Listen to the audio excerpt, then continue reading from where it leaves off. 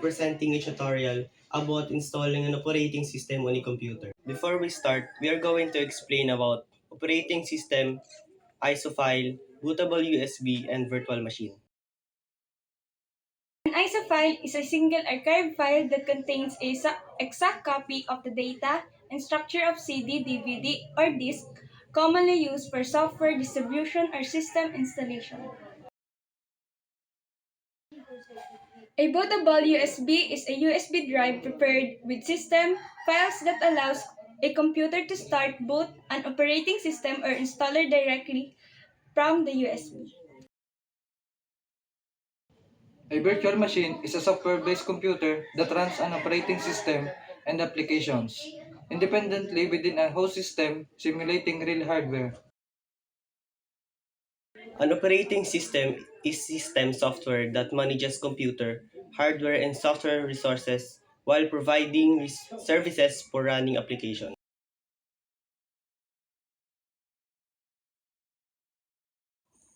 So, before we proceed with the actual installation, it is important to understand why learning how to install an operating system is a fundamental skill in information technology and computer science.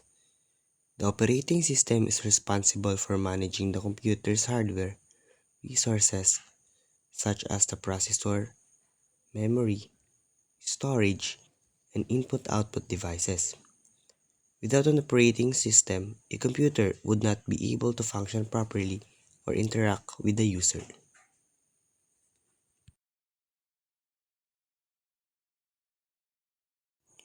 In real-world scenarios, installing or reinstalling an operating system is commonly required when a computer becomes slow, infected with malware, experiences system failure, or needs an upgrade to a newer version. Because of this, understanding the installation process is an essential skill for students, technicians, and future IT professionals.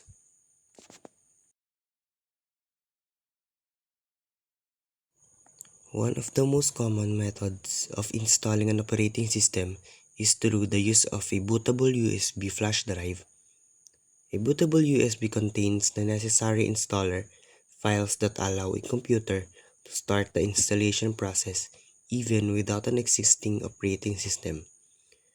Tools such as Rufus are widely used to create these bootable drives by writing an ISO file into a flash drive in a format the computer can recognize during startup.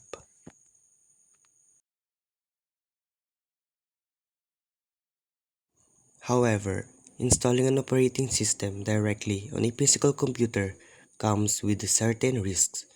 Mistakes during installation can lead to data loss, system errors, or accidental deletion of important files. For beginners and students, this can be intimidating and unsafe, especially when working on a personal or school computers.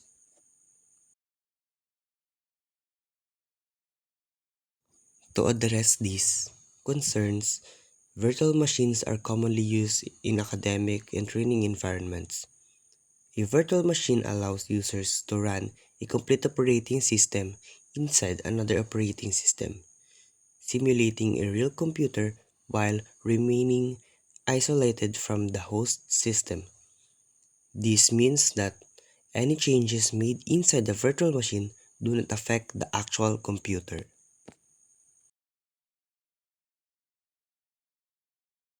In this project, we'll be using Oracle VirtualBox as our virtual machine software. VirtualBox allows us to create a virtual computer where we can safely install an operating system using the same ISO file that would normally be used for a bootable USB installation.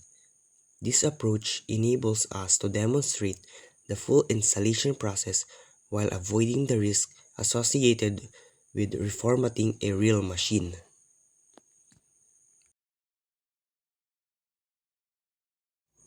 By combining the theoretical explanation of bootable USB installation using Rufus and the practical demonstration of installing an operating system inside VirtualBox, This project aims to provide a comprehensive understanding of how operating systems are installed in both physical and virtual environments. As we go through this tutorial, we encourage viewers to focus not only on the steps being performed, but also on the purpose of each step, as this knowledge is crucial for developing proper technical skills and understanding how computer systems work at a deeper level. At this point of the video, we will now demonstrate the traditional method of installing an operating system using a bootable USB drive. This method is commonly used when installing or reinstalling an operating system on a physical computer. For this demonstration, we will be using Ubuntu, a popular Linux-based operating system known for being free, open source, and beginner-friendly. To install Ubuntu on a computer, we first need to ISO source file, which contains all the necessary installation files of the operating system. In addition to the ISO file, we also need a USB flash drive with a minimum capacity of 8 GB since operating system files are typically large in size. This flash drive will be used to store the installer and make it bootable. To create the bootable USB, we will use a third-party application called Rufus. Rufus allows us to write the Ubuntu ISO file into the flash drive in a format that the computer can recognize and boot from during startup. It is important to note that this process is intended for installing an operating system on a physical machine. In this project, this section is presented for educational and conceptual purposes, as our actual operating system installation will later be performed using VirtualBox in a virtual environment. With that said, let us now proceed with the step-by-step process of downloading the Ubuntu ISO file, prepare the flash drive, and create a bootable USB using Rufus.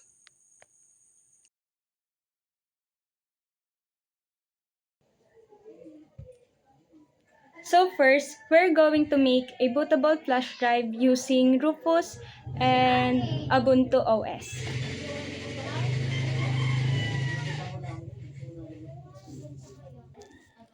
Now, we need to search the download Ubuntu.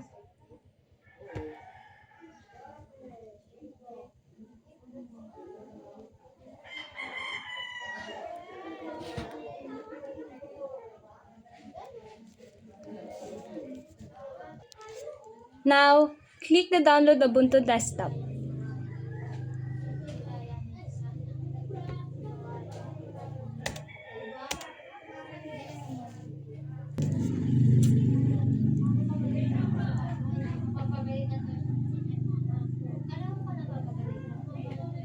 Click the download with 5.9 GB.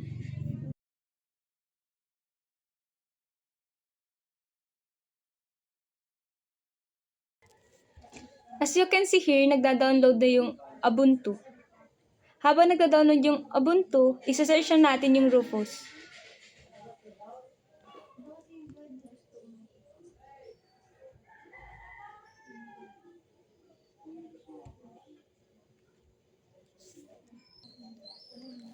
Click Rufus.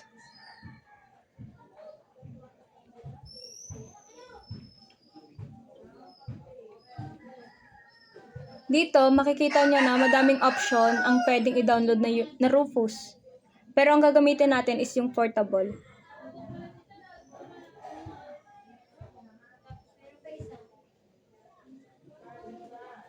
Pagkapindot ng portable, nagda-download na yung Rufus. After mag-download ng Rufus, intay na lang natin yung Ubuntu na mag-download.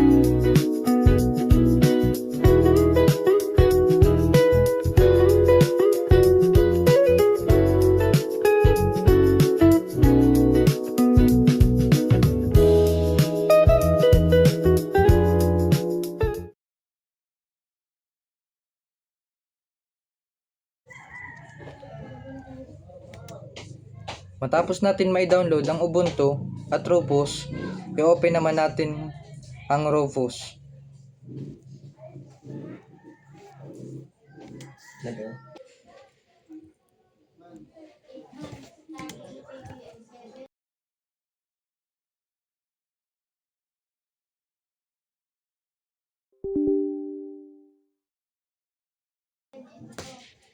Maraming option ng boot selection, pero dun tayo sa disk or ISO image.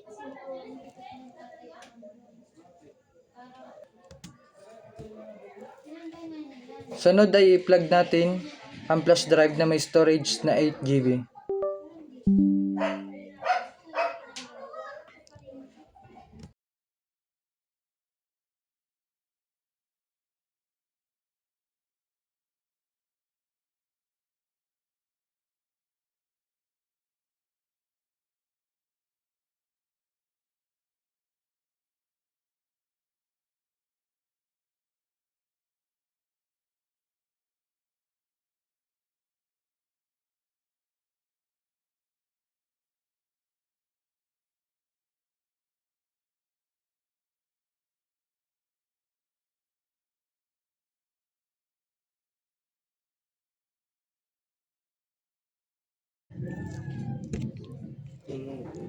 Kapag lumabas na at na-plug na ang flash drive, ay pipindutin ang select at ilagay ang Ubuntu OS at saka pindutin ang start.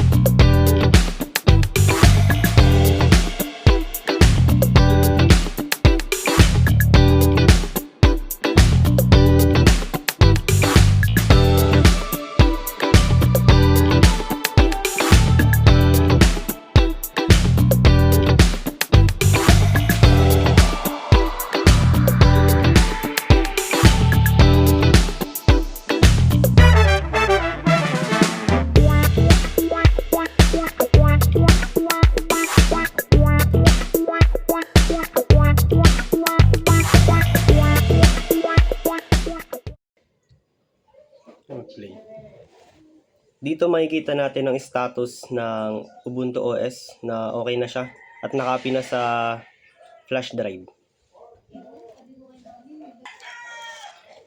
As you can see here, yung flash drive is napalitan yung name at naging Ubuntu 24 na indication na ang yung Ubuntu OS is nalipat na sa ating flash drive.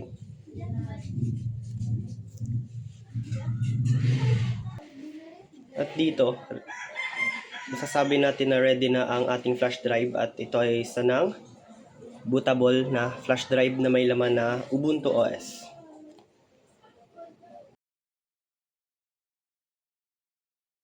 Now that we have discussed the traditional method of installing an operating system using a bootable USB and Rufus, we will proceed to the main part of the project, which is the installing of an operating system using a virtual machine.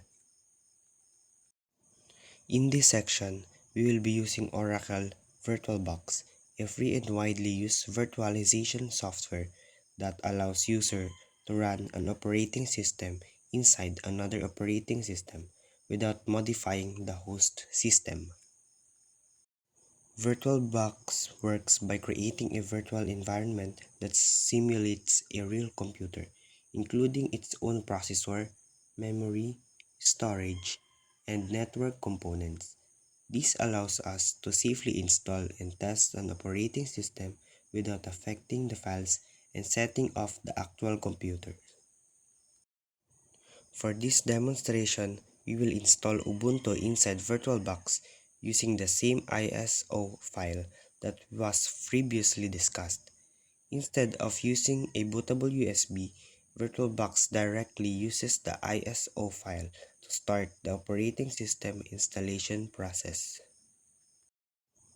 This approach is especially useful for students and beginners as it eliminates the risk of data loss and allows multiple operating systems to run a single computer at the same time. In the following steps, we will demonstrate how to download and install VirtualBox, create a virtual machine, attach the Ubuntu ISO file, and successfully run Ubuntu in a virtual environment. So ngayon na natapos na natin ang ating USB flash drive, magmo-move on na tayo sa pagda-download ng VirtualBox. But before we start, titingnan muna natin ang ating CPU if naka-enable ba ang visualization. So here, titingnan po natin.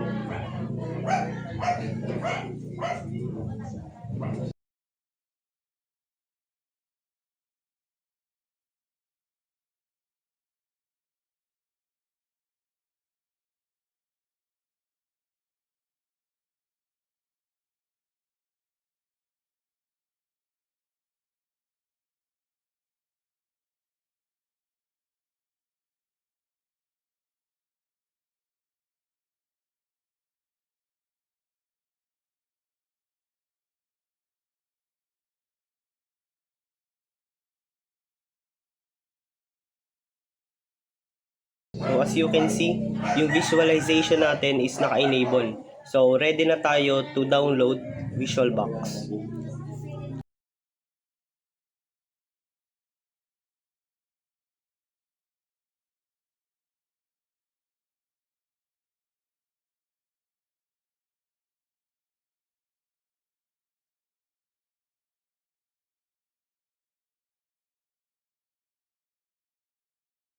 So dito ita-type natin ang VirtualBox.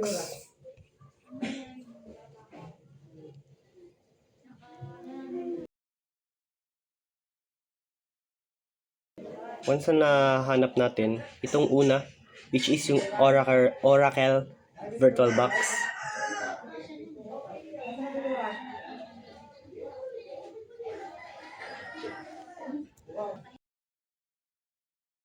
Once na na-open na natin yung VirtualBox, makikita natin ang download button. So, i-click natin.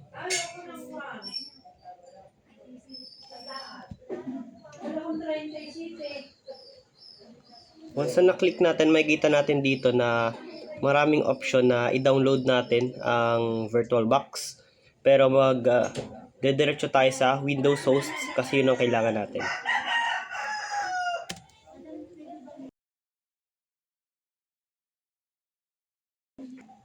So once na napindot natin yung download ng Windows host, may kita natin na nagda-download na siya.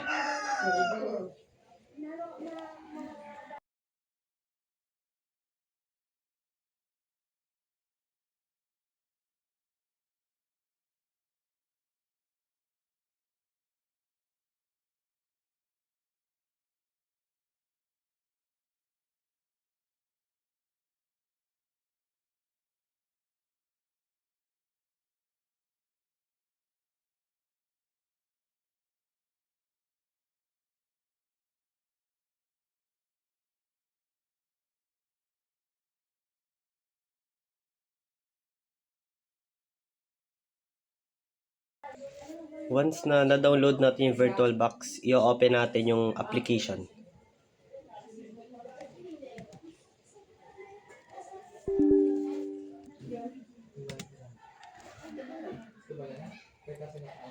Now, pipindutin natin yung next.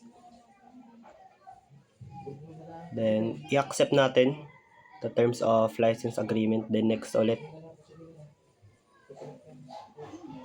Hindi ito is pipiliin natin yung VirtualBox application, which is yan yung default. Then,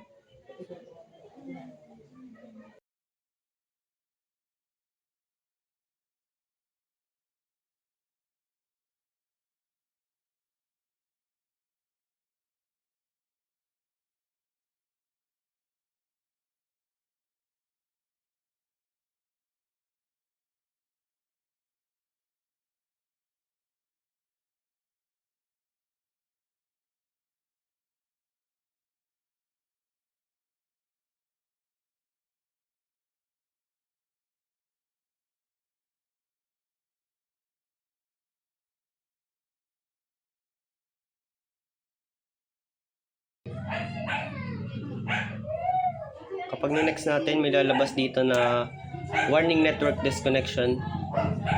Then, pinutin ulit natin ng yes.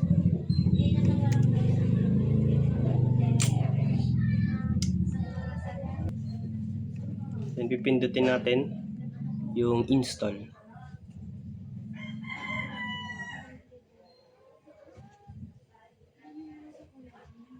Then, i-wait lang natin.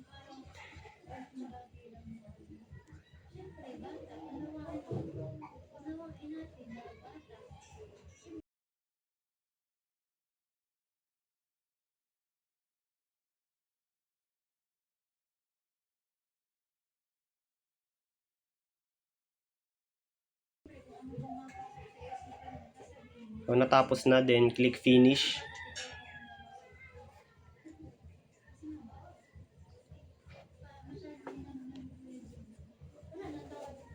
So, yun, okay na yung ating VirtualBox.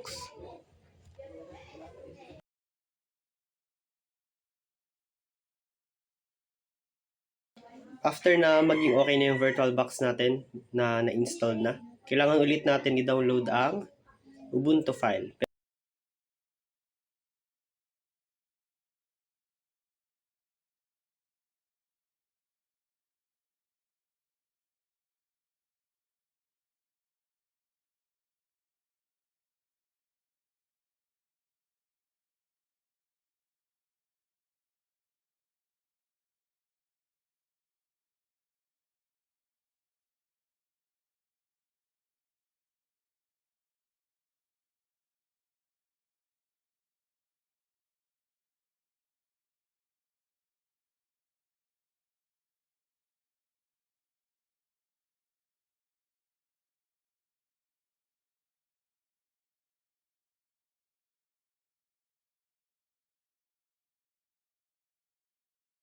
Pero sa scenario namin is hindi na kailangan kasi meron na po kami.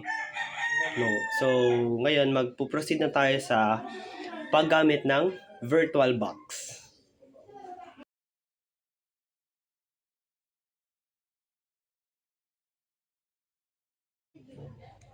So, dito na-open na natin yung VirtualBox. Sa VirtualBox, pag open natin, makikita natin dito yung new, open, preferences, import, and export.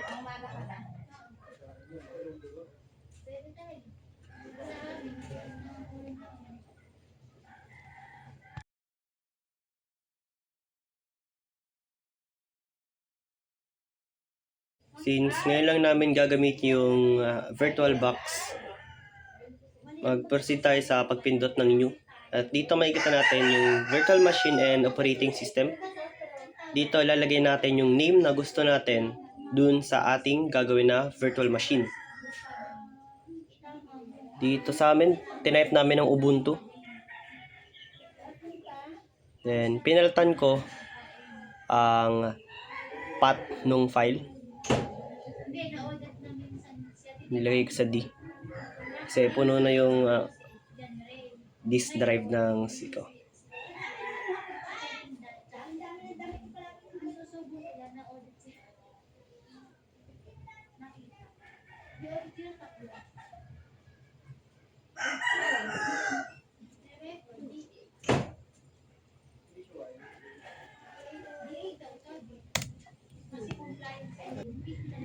Ngayon, pindutin naman natin ang ISO image.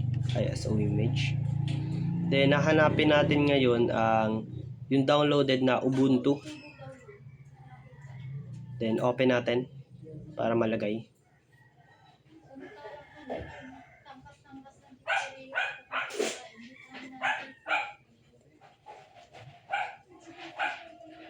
Once na nalagay na natin, pwede na tayo mag-next. Click next. Dito, pwede tayong mag-set ng password. Makikita natin dito, password and confirmation password. And maglalagay kami ng password namin sa aming virtual machine.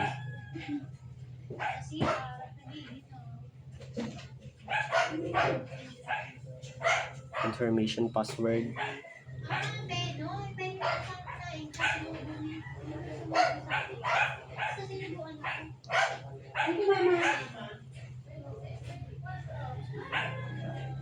Then click install guest addition.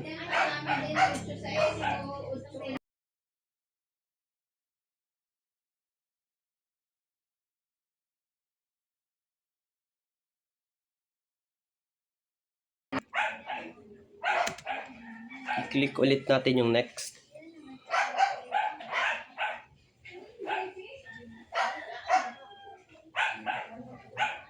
Then dito naman, pwede natin ibahin yung base memory, number of CPUs, and dark size.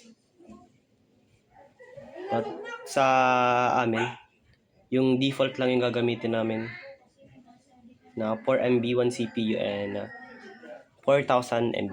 4,000 or yes, 4,000 MB. 400 MB.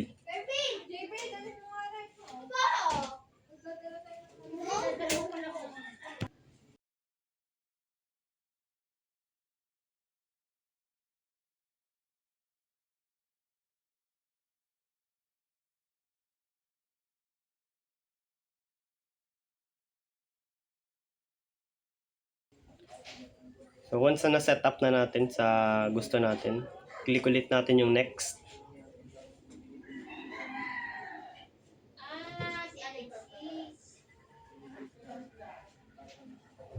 Then dito, makikita natin yung summary ng mga pinagagawa natin kanina. Ito yung kung saan natin inilagay na path.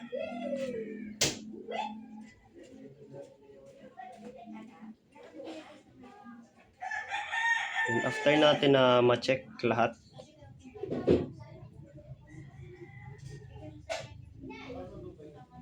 pwede natin pindutin yung finish. So once na napindot natin yung finish,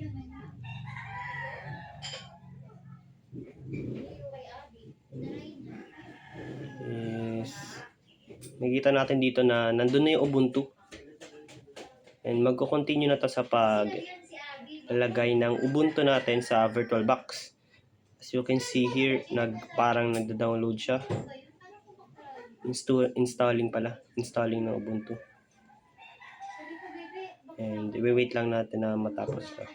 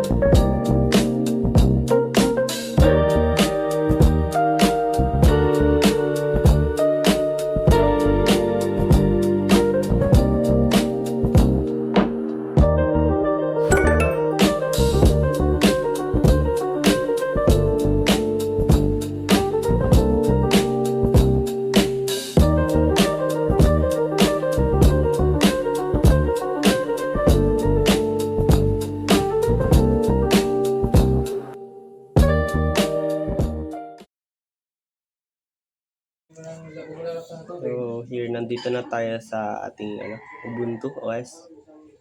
Nakikita natin sa taas maraming option, yung file, machine, view, input, devices, and help. Ito sa view, pwede natin na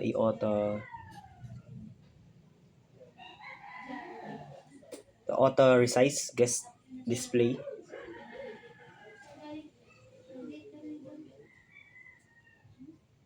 Pwede din natin i-full screen.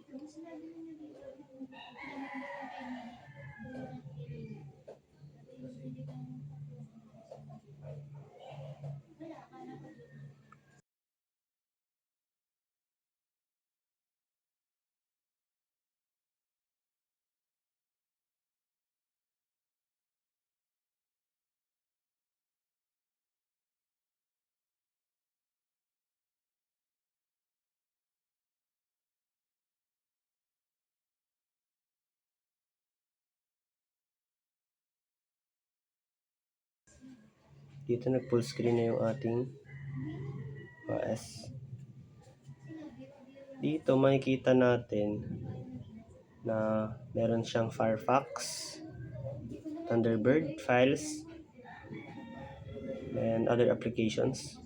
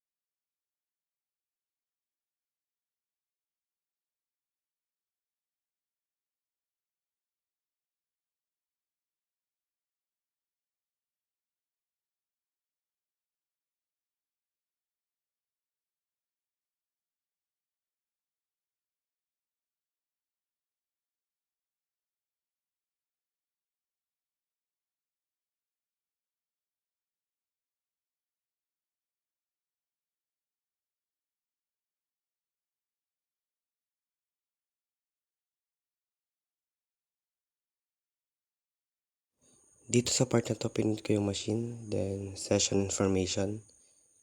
Dito makikita natin yung CPU and other informations.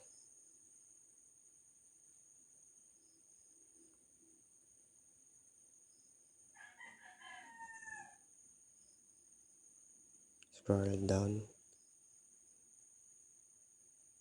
Network rate, disk ID. Close natin. Then meron din dito na pause and everything.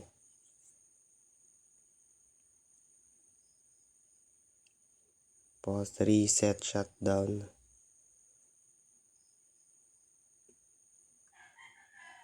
Dito sa view, mga full screen.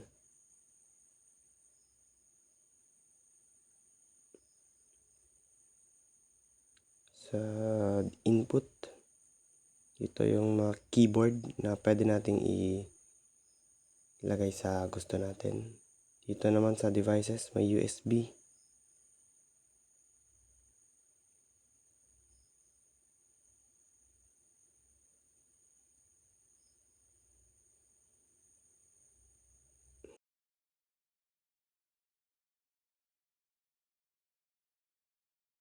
Pin na natin.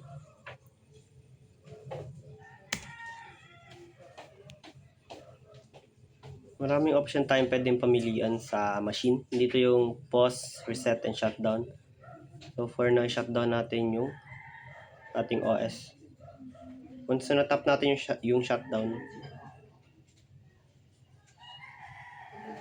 babalik siya sa una. Yun. Makikita natin naka-power off na yung Ubuntu. Dito po pala sa makikita natin yung new, open, settings, discard, at saka start.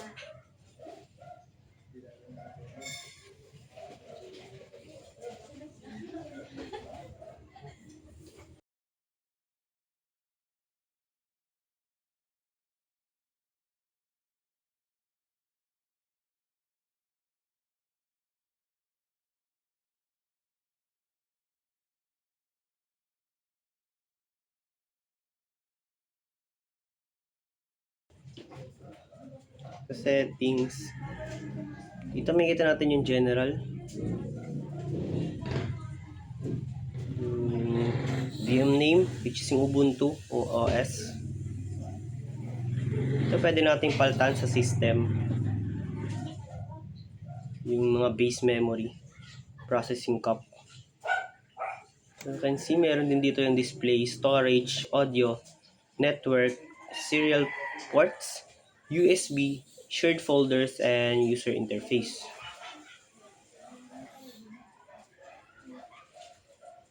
So dito, pag pinindot natin yung settings, makikita din natin yung remove kung gusto natin tanggalin yung ating OS.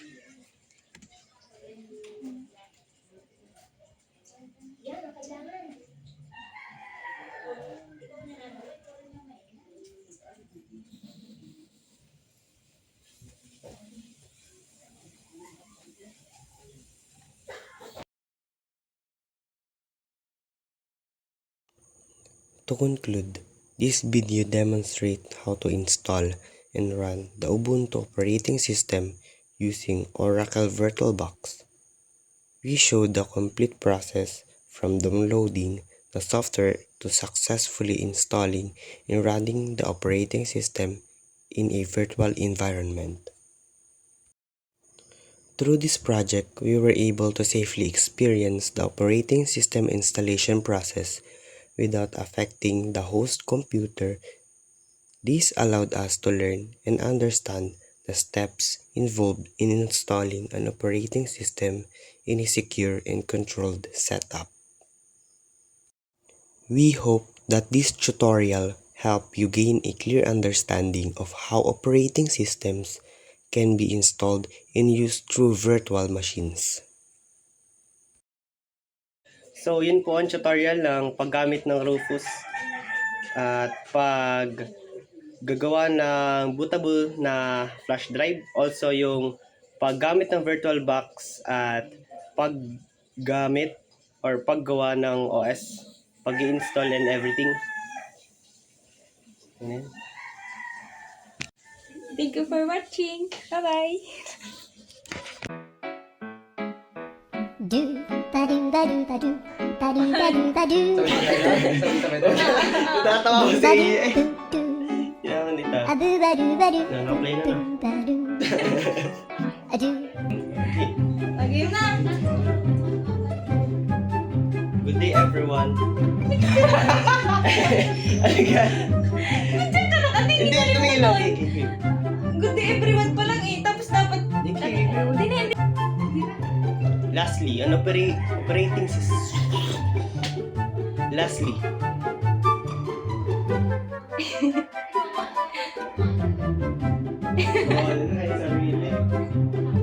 Tulig din din ako sa mailip.